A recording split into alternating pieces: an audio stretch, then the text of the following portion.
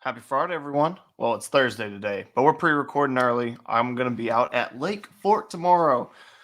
Whew, probably freezing. But hopefully, just gonna do a lot of work on the graph tomorrow. I've got an idea of where my fish were a couple weeks ago, so gonna start there and start graphing around. But guys, we put it up on the poll this week on my Instagram at BK underscore Bassin 24 and on my Facebook what y'all wanted to see this week. So it was between jerk baits and swim jigs, and jerk baits edged it out by 2 votes. So, guys, this week we are talking about jerk baits.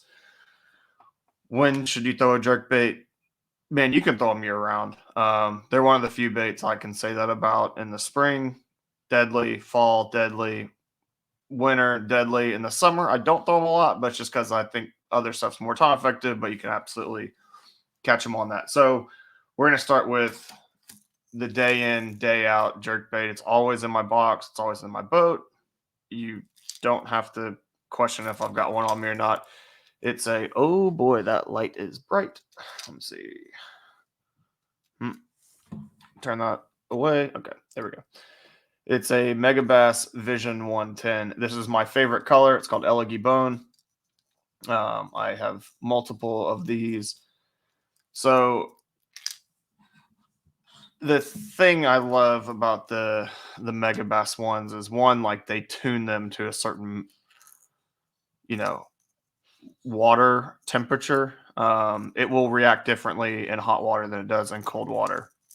Jerk baits get really, really in depth. So if you want to start throwing jerk baits, you need to be cognizant of like the rod you're using. You want something that has a really, really fast tip. A lot of people throw them on spinning rods. I think that's fine. But you want something with a fast tip because you are snapping this bait. You are snapping the line. Think when I see people throw jerk baits a lot when they just start, is that they reel up tight to this bait, and that when they snap, it makes the bait swim. I do not find that to be effective. I've heard some guys, when it's really cold, they like to like barely turn the handle and let them wiggle. I don't do that. I want that bait to have slack in the line, and when I pop that slack, it makes that bait just erratically twitch one way or the other.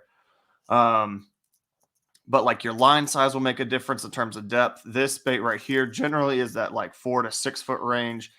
And the thing you got to remember with the jerk bait is you don't necessarily need the bait to get down to your fish. You are trying to call them up. Bass, look where their eyes are on their head. They're looking up. And so, the jerk bait, a lot of times I'm just trying to bring it over the top of them and make them rise up and eat that bait. So great tool, especially with forward facing sonar now. I don't know how many YouTube videos I've watched of guys looking at the fish playing a video game of, cat and mouse with the jerk bait. They're twitching the jerk bait, seeing how those fish react to it. But day in, day out, especially, shallow water stuff, Megabass Vision 110. I know it's a super expensive bait. I get that. If you don't want this one I think probably fills this void nicely, but I've not thrown it, is the Berkeley Stunna.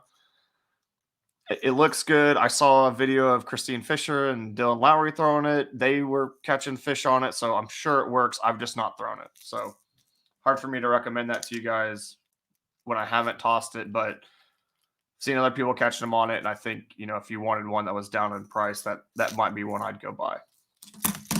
My next one is a springtime or fall only jerk bait. This is a Jackal Re-Range.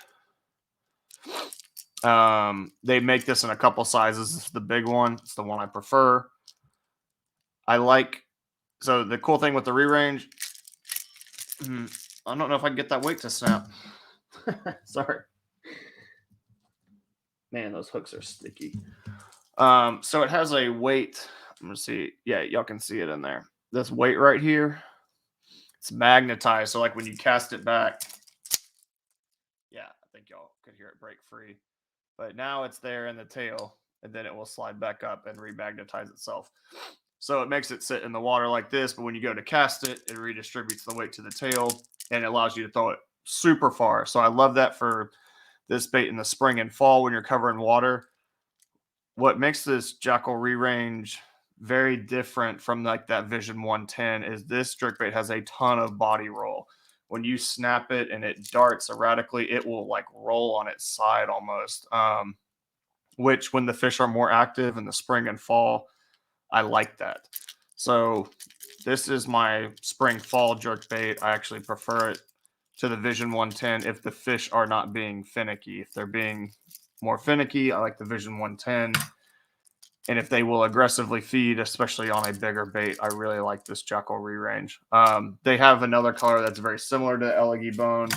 I throw that one a lot, but in clear water, I like this one. So, you know, fish are real aggressive and moving. I like this because I can snap it a lot quicker. I'm not having to wait. We didn't really go over Cadence on a jerkbait, but we'll talk about that at the end. And then the last bait that I like is this. This is a, oh boy, especially with this paint, we're going to have to turn that down. It's a Pointer 90. They have the Pointer 110 with 3 hooks now. But there's a much smaller jerkbait. So I like this smaller jerkbait when my bait is small, or if they won't, like if I throw this and they don't eat this, I throw this. I mean, look at the size difference in those jerkbaits. So, if I think they're on a jerkbait bite and I'm throwing this big one and maybe they're slapping at it or I'm getting them on the back hook, I'll go to this a little bit smaller. But same kind of deal, not real deep diving. Does have a little bit bigger bill on it, so you really can't hit it as hard. I find that to be a deal with jerkbaits. The bigger the bill is, if you hit them really hard, they might blow out or roll over on you. Like the Mega Bass Vision 110 has a +1, a +2, or that +2 has a gigantic bill. So you kind of have to hit it really soft to get it to stay, upright and suspending. Like if you hit it too hard, it's going to blow out and roll over. So those are the 3 jerkbaits I probably utilize day in, day out the most. So I throw the +1, I throw the +2 a little bit with the Vision 110. But those 3 baits, of course, there are soft jerk baits like a fluke or, oh my gosh, what is Strike King's called? Can't remember. But, so there is soft jerk baits, which also work great, especially if you're around grass. If you think they're on a jerk bait bite, but you've got lots of grass, you keep getting caught up in the grass, you can go to that fluke and rip it the same way and they'll come and eat that. But when you jerk bait fish, much like we talked about glide bait fishing, day in, day out, the fish are going to be on a different cadence, or you'll have to figure out what's triggering them that day. Some days it might be a really fast rip or multiple rips. A general good place to start with a jerk bait is just rip, rip. However long you're pausing for, the colder the water, generally the longer the pause. Rip, pause, rip, rip, pause. Just a 2-1, 2-1 kind of deal. But if they're really aggressively feeding, sometimes I don't normally ever do more than 3 rips, but I'll rip, rip, rip, stop for maybe a second, half second. If they're really feeding aggressively, rip, rip. And guys, that's it. I will say a lot of times, you'll go to rip on this jerk bait and it will just still be on there. A lot of times, like when I'm just letting it sit there, they come up and just put their mouth on it.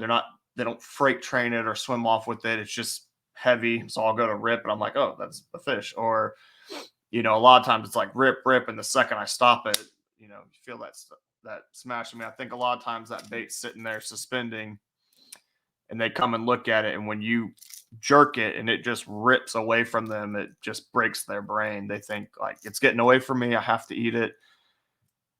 So, you get one of those bites. Yeah, it might be a freight train, but a lot of times, especially when it's cold, you kind of just loads up.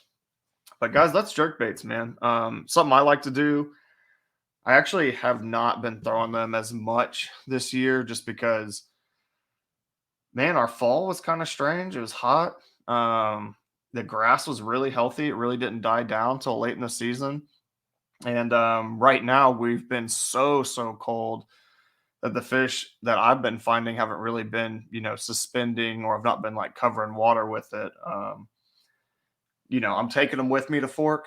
If the fish suspend, then they'll definitely see some time in the water. But Um, they're great tools to use, especially when you're targeting like those suspending fish or finicky fish, or if they're more lethargic. So that's it, guys. Good luck to my fellow fork competitors out there this weekend. Hope y'all all stay warm. If you guys do get on the lake this weekend, be safe. It's very cold here in Texas, and it looks like everywhere else in the country. So, guys, have a good one. Thanks for watching. I appreciate it, and we'll catch y'all next Friday. Thanks.